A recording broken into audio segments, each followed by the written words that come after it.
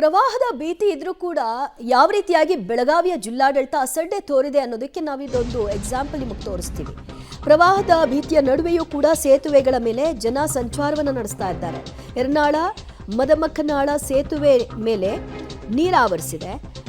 ಹಿರಣ್ಯಕೇಶಿ ನದಿಗೆ ಅಡ್ಡಲಾಗಿ ಈ ಸೇತುವೆ ಇರೋದು. ಹುಕ್ಕೇರಿ ತಾಲೂಕಿನ ಯರನಾಳ ಮದಕ್ಕನಾಳ ಸೇತುವೆ ಇದು.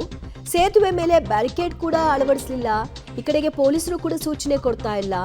ಅದರ ನಡುವೆಯಲ್ಲೇ ಅಪಾಯದ ಭೀತಿ ಇದ್ರೂ ಕೂಡ ಜನ ಸಂಚಾರವನ್ನ ಮಾಡ್ತಾ ಇದ್ದಾರೆ. ಈ ರೀತಿಯ ನಿರ್ಲಕ್ಷ್ಯಕ್ಕೆ ಈಗ ಜಿಲ್ಲಾಡಳಿತದ ವಿರುದ್ಧ ಅಸಮಾಧಾನವೂ ಕೂಡ ಎದ್ದೇಳ್ತಾ ಇದೆ. ಪ್ರವಾಹ ಭೀತಿ ಇದೆ ಅಂದಾಗ ಸಾಮಾನ್ಯವಾಗಿ ಜಿಲ್ಲಾಡಳಿತ ಮಾಡುವಂತಹ ಸಾಮಾನ್ಯ ಕೆಲಸಗಳಾಗಬೇಕು. ಮಳೆ ಬಂದಾಗ ಅಲ್ಲಿ ಪ್ರವಾಹ ಆದಾಗ ಅದನ್ನು ಅವ್ರಿಗೆ ತಡಿಲಿಕ್ಕೆ ಸಾಧ್ಯ ಇಲ್ಲ. ಆದರೆ ಆಗಬಹುದಾದಂತಹ ಅಪಾಯನ ತಡೆಯುವಂತಹ ಜವಾಬ್ದಾರಿ ಅವ್ರದ್ದಾಗಿರುತ್ತೆ. ನೋಡಿ, ಅಲ್ಲಿ ಹಳೆಯ ಸೇತುವೆ ಏನಿದೆ ಅದು ಹೋಗ್ಬಿಟ್ಟಿದೆ. ಈಗ ಅದರ ನಡುವಲ್ಲಿಯೇ ಜನ ಸಂಚಾರ ಮಾಡ್ತಾ ಇದ್ದಾರೆ. ಒಂಥರ ರಿಸ್ಕಿ ಡ್ರೈವ್, ಟೂ ವೀಲರ್ಗಳಲ್ಲಿ ಹೋಗ್ತಾ ಇದ್ದಾರೆ. ಮುಂದೆ ಏನಾಗಬಹುದು, ಏನೋ ಸ್ಕಿಡ್ ಆಗಬಹುದಾ, ಕೊಚ್ಚಿ ಹೋಗ್ಬೋದಾ, ಯಾವ ಅಪಾಯವನ್ನು ಜನ ಲೆಕ್ಕಿಸ್ತಾ ಇಲ್ಲ. ಬಿಕಾಸ್ ಅವ್ರಗಳಿಗೇನು ಸೇತುವೆ ದಾಟ ಹೋಗಬೇಕು. ಆದರೆ ಇದರ ಜವಾಬ್ದಾರಿ ಯಾರಿಗಿರಬೇಕಾಗಿತ್ತು? ಜಿಲ್ಲಾಡಳಿತ ಮತ್ತು ಪೊಲೀಸ್ ಸಿಬ್ಬಂದಿಗಳಿಗೆ. ಬ್ಯಾರಿಕೇಡ್ಗಳನ್ನು ಹಾಕಿಲ್ಲ, ಅಲ್ಲಿ ಹೋಗಬಾರ್ದು ಅನ್ನುವಂತಹ ಸೂಚನೆಯನ್ನು ಕೊಟ್ಟಿಲ್ಲ.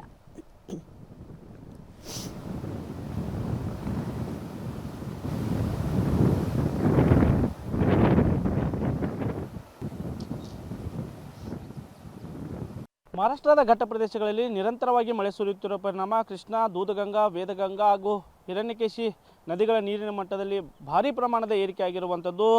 ಸದ್ಯ ನಿಮಗೆ ನಾನು ಹಿರಣ್ಯಕೇಶಿ ನದಿಯ ದೃಶ್ಯಗಳನ್ನು ತೋರಿಸ್ತಾ ಇದ್ದೇನೆ. ಹಿರಣ್ಯಕೇಶಿ ನದಿ ತನ್ನ ಪಾತ್ರವನ್ನು ಬಿಟ್ಟು ಹೊರಗೆ ಬಂದಿರುವಂಥದ್ದು. ಅದರ ಜೊತೆಗೆ ದೂದಗಂಗಾ, ವೇದಗಂಗಾ, ಕೃಷ್ಣಾ ನದಿಯ ಉಪನದಿಗಳೇನಿದ್ದಾವೆ ಸಾಕಷ್ಟು ಪ್ರಮಾಣದ ನೀರು ಬಂದ ಕಾರಣ ಕೃಷ್ಣಾ ನದಿ ನೀರಿನ ಒಳಹರಿವಿನಲ್ಲಿ ಸಾಕಷ್ಟು ಏರಿಕೆ ಆಗಿರುವಂಥದ್ದು. ಪ್ರಮುಖವಾಗಿ ಗಮನಿಸಬೇಕಂದ್ರೆ ಕೃಷ್ಣಾ ನದಿಗೆ ಒಂದೇ ದಿನದಲ್ಲಿ 22,000 ಕ್ಯೂಸೆಕ್ಗಳಷ್ಟು ನೀರು ಹೆಚ್ಚಾಗಿರುವಂಥದ್ದು. ನಿನ್ನೆ ಅಷ್ಟೇ 70,000 ಕ್ಯೂಸೆಕ್ಗಳಷ್ಟು ನೀರು ಕೃಷ್ಣಾ ನದಿಗೆ ಹರಿದು ಬರ್ತಾ ಇತ್ತು. ಆದರೆ ಒಂದೇ ದಿನ ನಿರಂತರ ಮಳೆ ಸುರಿದ ಪರಿಣಾಮ 92,000 ಕ್ಯೂಸೆಕ್ಗಳಷ್ಟು ನೀರು ಸದ್ಯ ಕೃಷ್ಣಾ ನದಿಗೆ ಹರಿದು ಬರ್ತಿರುವಂಥದ್ದು. ಪ್ರಮುಖವಾಗಿ ಚಿಕ್ಕೋಡಿ ಉಪವಿಭಾಗ ವ್ಯಾಪ್ತಿಯಲ್ಲಿ 22 ಗ್ರಾಮಗಳಿಗೆ ಸಂಪರ್ಕ ಕಲ್ಪಿಸುವಂಥ 11 ಕೆಳ ಹಂತದ ಸೇತುವೆಗಳು ಜಲಾವೃತವಾಗಿರುವಂಥದ್ದು. ಏನು ದೂದಗಂಗಾ, ವೇದಗಂಗಾ ಹಾಗೂ ಕೃಷ್ಣಾ, ಹಿರಣ್ಯಕೇಶಿ ನದಿಗೆ ಅಡ್ಡಲಾಗಿರ್ತಕ್ಕಂಥ 11 ಸೇತುವೆಗಳು ಈಗಾಗಲೇ ಜಲಾವೃತವಾಗಿರುವಂಥದ್ದು.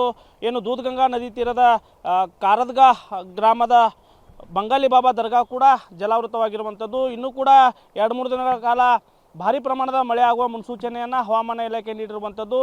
ಹೀಗಾಗಿ ಒಂದು ರೀತಿಯಾದಂಥ ಪ್ರವಾಹದ ಭೀತಿ ಮತ್ತೆ ಎದುರಾಗಿರುವಂಥದ್ದು. ಕೃಷ್ಣಾ ನದಿಗೆ 1,20,000 1,25,000ಕ್ಕಿಂತಲೂ ಹೆಚ್ಚಿನ ಪ್ರಮಾಣದ ನೀರು ಬಂದರೆ ನದಿ ತೀರದ ಗ್ರಾಮಗಳೇನಿದ್ದಾವೆ ಅವುಗಳಿಗೆ ಪ್ರವಾಹ ಎದುರಾಗುವಂಥ ಪರಿಸ್ಥಿತಿ ನಿರ್ಮಾಣವಾಗುತ್ತೆ. ಸದ್ಯ ಈಗ 92,000 ಕ್ಯೂಸೆಕ್ಗಳಷ್ಟು ನೀರು ಹರಿದು ಬರ್ತಿರುವಂಥದ್ದು. ದೃಶ್ಯದಲ್ಲಿ ಇನ್ನೊಂದು ತೋರಿಸುವಂಥ ಪ್ರಯತ್ನ ಮಾಡ್ತೀನಿ ನಿಮಗೆ.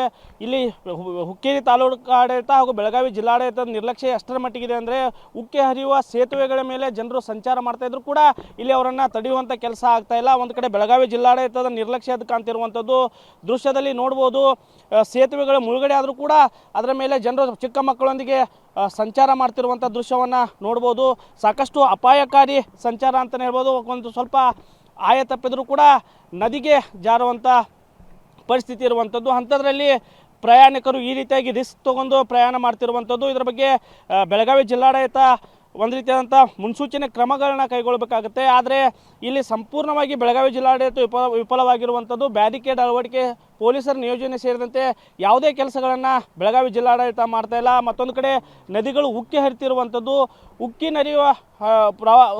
ನದಿಗಳು ಉಕ್ಕಿ ಹರಿತಿದ್ರು ಕೂಡ ಬೆಳಗಾವಿ ಜಿಲ್ಲಾಡಳಿತ ಸಂಪೂರ್ಣವಾಗಿ ನಿರ್ಲಕ್ಷ್ಯ ತೋರ್ತಿರುವಂಥದ್ದು. ಒಂದು ಕಡೆ ಪ್ರವಾಹ ಭೀತಿ, ಮತ್ತೊಂದು ಕಡೆ ಬೆಳಗಾವಿ ಜಿಲ್ಲಾಡಳಿತದ ನಿರ್ಲಕ್ಷ್ಯ ಎದ್ದು ಕಾಣ್ತಿರುವಂಥದ್ದು. ಕ್ಯಾಮ್ರಾಮನ್ ಸಚಿನ್ ಜೊತೆ ಚೇತನ್, ಪಬ್ಲಿಕ್ ಟಿವಿ, ಚಿಕ್ಕೋಡಿ.